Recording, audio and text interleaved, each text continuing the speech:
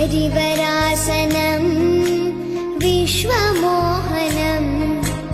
हरिदधीश्वरम् आराध्य पादुकम् हरिविमर्दनं नित्यनर्तनं हरिहरात्मजं देवमाश्रये हरिवरासनं विश्वमोहनं हरिदधीश्वरम् आराध्य पादुकम्